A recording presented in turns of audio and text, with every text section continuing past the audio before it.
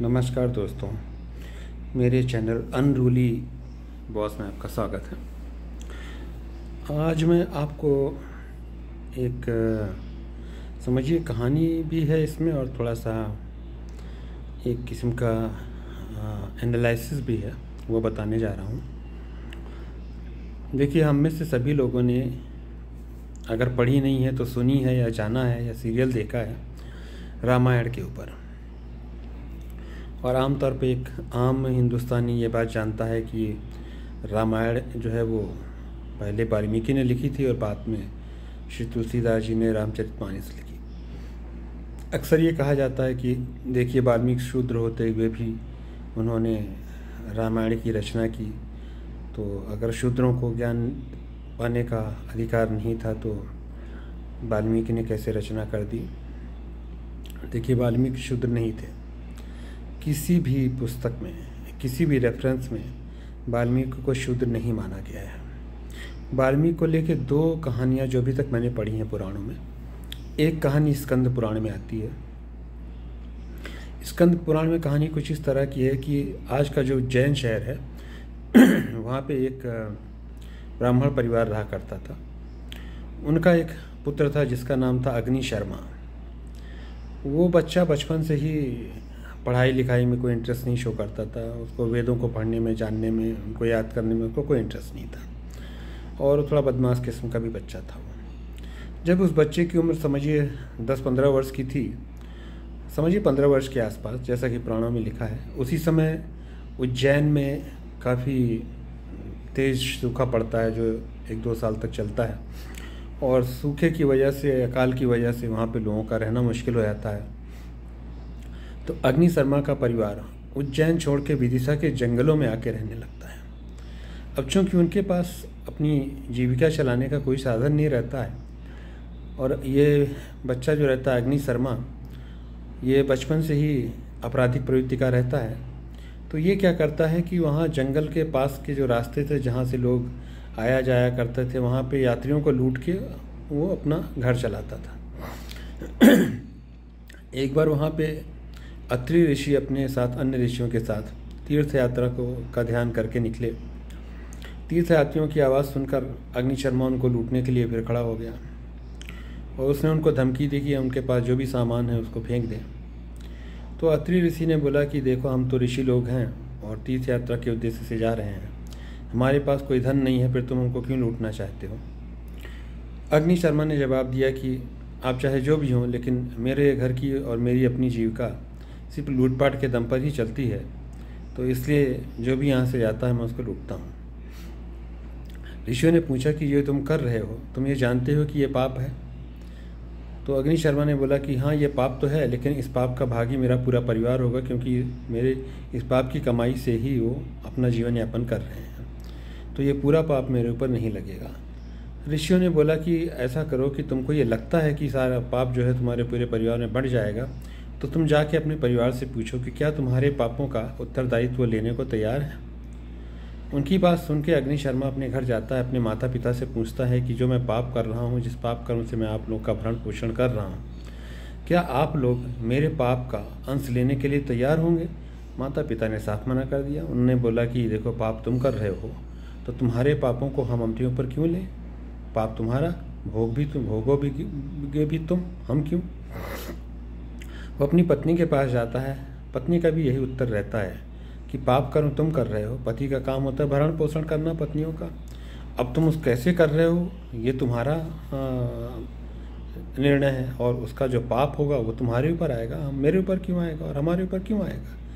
वो अपने बेटे से पूछते हैं तो बेटा तो काफ़ी छोटा रहता है, बोलता है कि पिताजी, मैं तो बालक हूँ, बालक तो माता पिता के अधीन होता है, तो मेरे ऊपर आप अपना पाप क्यों डालना चाहते हैं, मेरे अबोध के ऊपर आप अपना पाप क्यों डालना चाहते हैं। उनकी बातें सुनकर अग्नि शर्मा बहुत दुखी होता है।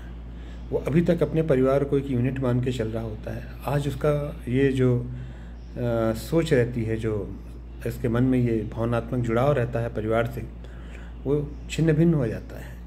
वो अत्यंत दुखी मन से ऋषियों के पास वापस आता है और उनके चरणों में गिर जाता है और उनसे अपनी मुक्ति का मार्ग पूछता है।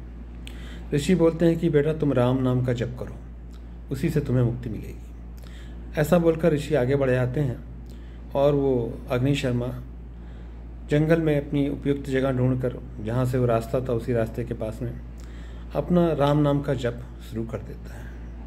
ऋषियों को जाने में और आने में करीब 17 वर्ष बीत जाते हैं। जब ऋषि दक्षिण दिशा का पूरा तीर्थाटन करके वापस आ रहे होते हैं, उसी रास्ते पर वो देखते हैं कि एक चींटियों की बांबी बनी हुई है।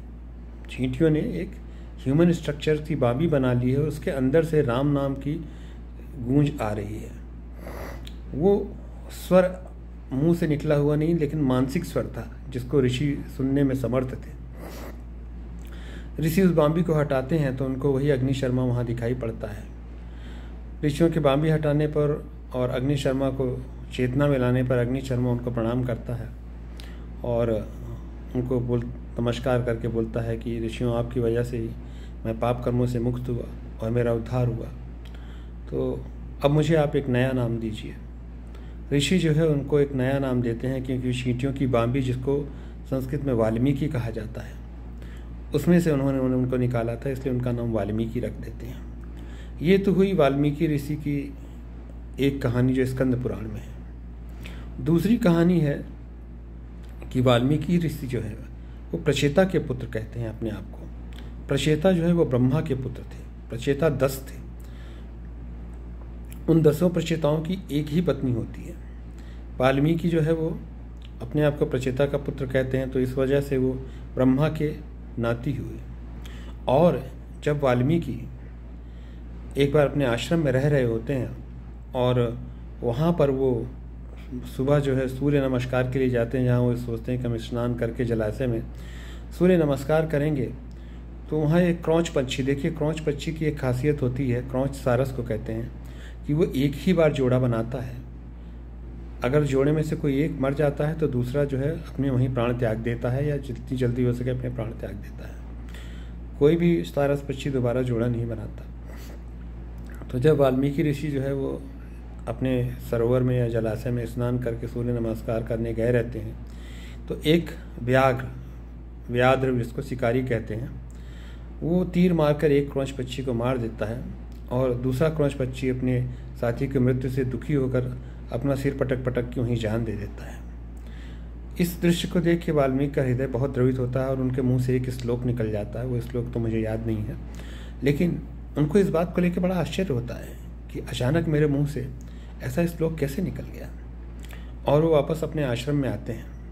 जब अपने संध्या का समय होता है तो ब्रह्मा स्वयं उनके आश्रम में आते हैं और उनसे बातचीत करने पर ब्रह्मा बोलते हैं कि वाल्मीकि, ये जो तुम्हारे मुंह से श्लोक निकला है मेरी प्रेरणा से निकला है और तुम इसी श्लोक को आधार बनाकर एक बहुत महान ग्रंथ की रचना करोगे जो इस पृथ्वी पर हमेशा के लिए रहेगा।